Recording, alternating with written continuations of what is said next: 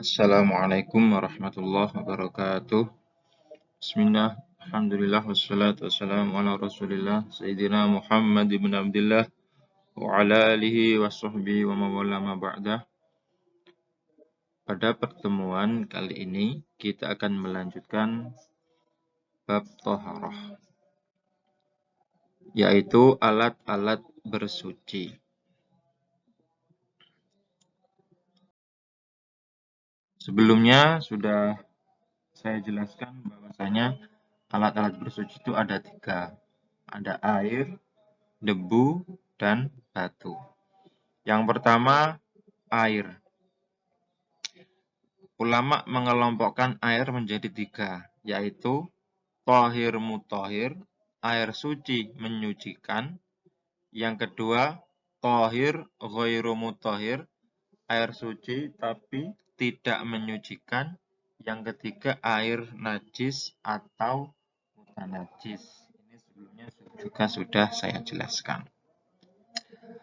Mari kita bahas lebih terperinci satu persatu. Nah, yang pertama, air thahir mutahhir, yaitu air suci dan menyucikan. Jadi airnya itu suci dan bisa menyucikan yang lainnya. Artinya bisa digunakan untuk menghilangkan hadas, bisa digunakan untuk menghilangkan najis. Thahir mutahhir ini biasanya disebut dengan air mutlak atau nama lainnya itu air mutlak. Apa sih air mutlak itu? Air mutlak adalah air yang masih murni dan asli, belum bercampur dengan benda lain dan tidak terkena najis. Jadi airnya itu murni lah. Misalkan air sumur.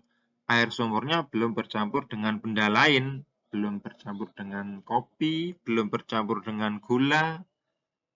Ya, itu air mutlak. Atau air sumurnya atau air galon, air aqua itu kan berarti dari sumber mata air dari gunung biasanya. Atau airnya itu tidak terkena najis. Nah, kalau terkena najis nanti hukumnya berubah.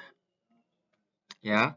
Jadi air mutlak adalah air yang masih murni dan asli, belum bercampur dengan benda lain dan tidak terkena najis. Nah, sifat air ada 3. Ya, pasti ini ya. Nanti kalau setelah ini menyebut sifat air berarti yang dimaksud ketiga sifat ini ada ta'mun atau rasa, launun warna, rihun bau. Jadi ini pasti sudah. Air itu punya 3 sifat. Ta'mun rasa, launun warna, rihun baru. Ya. Itu sifat-sifat air. Kemudian yang disebut air mutlak, ya, air yang murni tadi, ada 7 macam. Air hujan, air laut, air sungai, air sumur, air sumber atau mata air salju, dan air embun. Ini harus hafal ini. Minimal yang saya tulis di sini, teksnya ini yang ada di slide, ini harus hafal kalian. Ya, itu adalah macam-macam air mutlak.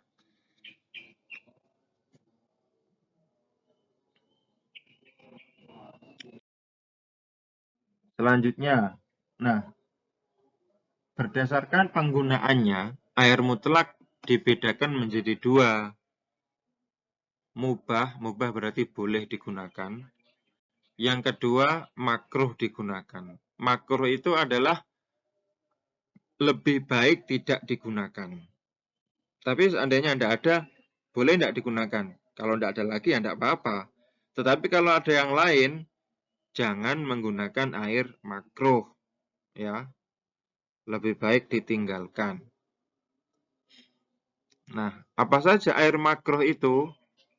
Yang pertama, air musyammas. Ini kalau di LKS kalian, air musyammas ini termasuk apa macam-macam air, termasuk kelompok air, tapi yang betul seperti yang saya jelaskan di sini. Air ada 3, air musamas termasuk air mutlak, termasuk bagian yang pertama. Nah, air yang makruh digunakan ada 4, yaitu air musamas. Air musamas itu adalah air panas. Panasnya itu sebab terpapar sinar matahari. Tapi ini tidak berlaku di negara kita, di Indonesia, karena di Jember ini khususnya ya tidak terlalu panas. Orang itu makruh menggunakan air musamas itu kalau airnya itu sangat panas. Kemudian panas sekali. Kemudian airnya itu ditaruh di tempat yang terbuat dari besi, seng, tembaga atau semacamnya. Kan tempat-tempat seperti itu kalau dikasih air kan panas. Ya. Nah, itu beberapa syarat kalau air itu menjadi musamas, tapi sekali lagi saya jelaskan tidak berlaku di negara kita. Ya. Ini berlaku di negara-negara Arab yang hawanya sangat panas, cuacanya sangat panas, kemudian airnya ditaruh di tempat yang terbuat dari besi atau seng dan semacamnya. Dan juga ingat, itu makruh itu kalau memang tidak makruh itu kalau ada yang lainnya. Kalau tidak ada yang lain, air yang lain lagi ya tidak apa-apa. Yang kedua, air yang sangat panas. Ini makruh digunakan. Misalkan air tas godok baru membuat masak air digodok langsung dipakai, ya itu jelas menyakiti. Yang ketiga, air yang sangat dingin. Air sangat dingin ini juga makruh. Sangat panas, sangat dingin. Kemudian yang keempat, air dari tanah gosok. Gosok itu berarti tanahnya orang lain. Kita mengambil air dari tanahnya orang lain tanpa izin. Itu gosok. Nah, keempat air ini ya boleh digunakan kalau tidak ada air yang lain lagi. Kalau tidak ada air lagi, maka ini menjadi mubah digunakan. Kalau tidak ada. Tetapi kalau ada air yang selain 4 ini, ada air, maka menggunakan keempat macam air ini adalah makruh.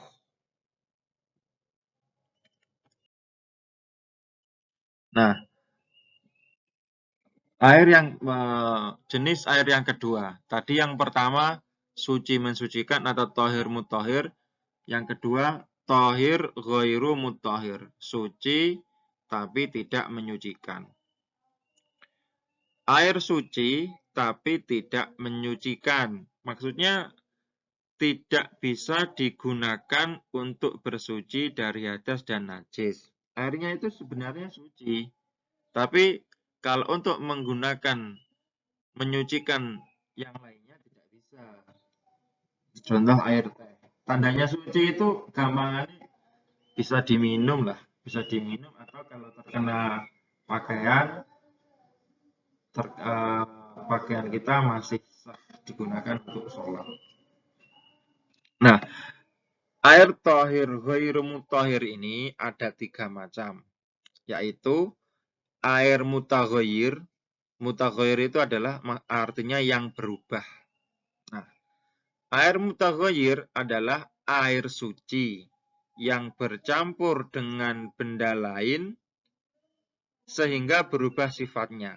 Airnya suci, karena bercampur dengan benda lain maka berubah sifatnya.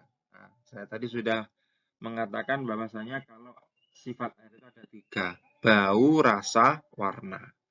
Contoh air kopi. Misalkan ada air 1 gelas, kasihlah kopi, kasihlah gula, maka sifatnya berubah. Pertama, pakai yang paling tampak. Warnanya berubah. Yang asalnya jernih, bening, kasih kopi menjadi hitam. Kemudian diminum. Rasanya berubah, baunya berubah. Maka air yang asalnya jernih tadi menjadi air mutaghayyir. Menjadi air yang suci, tidak menyucikan. Ingat ya, tidak harus air itu dikatakan mutaghayyir, ya, tidak harus tiga sifatnya berubah, baunya berubah, rasanya berubah, warnanya berubah, tidak harus. Salah satu saja dari tiga sifat ini, misalkan baunya saja, atau warnanya saja, atau rasanya saja yang berubah, air itu tetap dikatakan air mutaghayyir. Contohnya air yang jernih, kemasukan kasih gula. Kalau kasih air gula kan sepertinya kan tidak berubah, warnanya tidak berubah. Cuma rasanya kan berubah kalau air dikasih gula. Tetap menjadi air mutaghayyir. Yang kedua, air mustakmal. Nah, maksudnya mustakmal ini adalah air yang kurang dari 2 kullah. Perhatikan ya.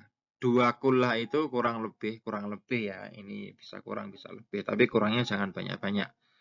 Kalau lebih banyak tidak apa-apa. Air yang kurang dari 2 kullah, sekitar 217 liter, yang sudah digunakan untuk bersuci. Meskipun tidak berubah sifatnya. Apa tadi? Bau, rasa, warna. Nah, kalau ada air 1 ember misalnya. 1 ember ini yang jelas kurang dari 2 kullah. Ya. Kemudian kamu wudhu, air bekas wudhumu tadi, habis membasuh muka atau membasuh tangan, kamu masukkan atau masuk ke dalam bekas dari membasuh muka ketika wudhu, masuk ke dalam ember tadi, maka airnya menjadi mustakmal. Ya, ingat syaratnya harus kurang dari 2 kullah dan terkena air yang digunakan untuk bersuci. Paham ya? Kena cipratan wudhu misalnya, atau cipratan mandi wajib. Ya. Nah, meskipun tidak berubah sifatnya, tetap dinamakan air mustakmal. Ya, saya ulangi ya. Air mustakmal adalah air yang kurang dari 2 kullah, kurang dari 217 liter, yang sudah digunakan untuk bersuci. Digunakan untuk mandi, bekas mandi wajib, bekas digunakan untuk berwudu. Ya. Yang ketiga, air muqayyad. Air muqayyad adalah air yang dikaitkan dengan nama asalnya. Asalnya air ini dari mana? Itu maksudnya. Misalkan air tebu. Air tebu itu asalnya dari mana? Ya, dari tebu. Dinamakan air tebu karena asalnya dari tebu. Meskipun, tapi air tebu tidak jernih ya, hijau warnanya. Air kelapa kan jernih.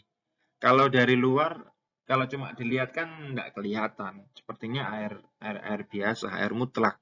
Tapi kalau sudah diminum baru tahu rasanya. Nah, contohnya lain lagi, air muqayyad ini air jeruk. Sekarang lagi banyak orang jualan jeruk peras, yaitu namanya air muqayyad. Dinamakan air jeruk karena berasal dari jeruk. Atau air yang lainnya. Ya. Jadi air yang suci tapi tidak mensucikan ada 3 macam. Air mutaghayyir, air yang berubah. Air mustakmal, air bekas untuk bersuci. Yang ketiga air muqayyad, air yang dikaitkan dengan nama asalnya.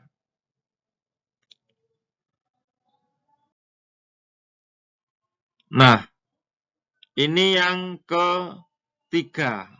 Lupa tidak dikasih nomor. Nanti kamu catatan kalian kasih nomor. Jenis air yang ketiga yaitu air mutanajis, air yang terkena najis. Nah, air itu menjadi mutanajis itu ada dua macam. Ada dua bentuk lah ya. Yang pertama, jika air kurang dari 2 kula, ya, kurang dari 217 liter. Jika air kurang dari 2 kula, lalu terkena najis, maka air tersebut otomatis menjadi mutanajis. Meskipun tidak berubah sifatnya. Salah satu sifatnya. Meskipun tidak berubah salah satu sifatnya. Bau, rasa, dan warna. Misalnya, air dalam satu bak mandi. Kemudian, adikmu misalkan kencing di dalamnya. Nah, di dalam bak itu. Kamu tahu, meskipun air di dalam bak itu tidak berubah, warnanya tidak berubah, rasanya tidak berubah, baunya tidak berubah, air tersebut tetap menjadi air mutanajis. Ya, meskipun tidak berubah sifat-sifatnya. Ingat ya, itu kalau yang masuk ke benda itu, ke air itu adalah benda najis. Tapi kalau yang masuk ke benda itu benda yang suci, maka airnya ya tetap suci. Contohnya, air di bak mandi, ya kan? Kemudian ada anak iseng meludah di dalam air tersebut, di dalam bak tersebut, maka gimana hukum airnya? Airnya tetap suci mensucikan. Karena ludah itu tidak termasuk najis, ya. Diling-iling.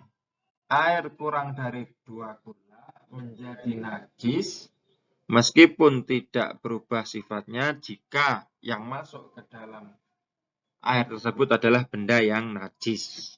Yang kedua, jika airnya lebih dari 2 kula, lebih dari 217 liter, lalu terkena najis, maka air tersebut menjadi mutanajis hanya jika berubah sifatnya. Salah satunya saja, baunya saja, atau warnanya saja, atau rasanya saja.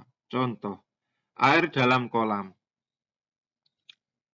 Air dalam kolam atau air dalam kolam renang ya. Kemudian kemasukan darah 1 tong. Darah 1 tong. Kemasukan darah 1 tong. Berubah enggak? Ya berubah. Pasti warnanya berubah agak kemerah-merahan. Nah, maka air tersebut menjadi mutanajis. Paham ya?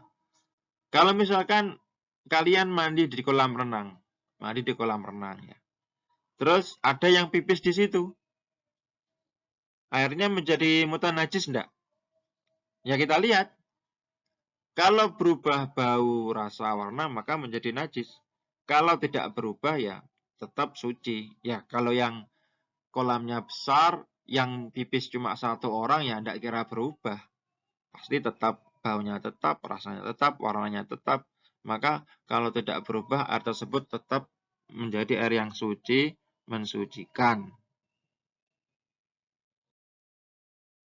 Yang terakhir, nah ini alat suci yang kedua, yaitu tanah atau debu.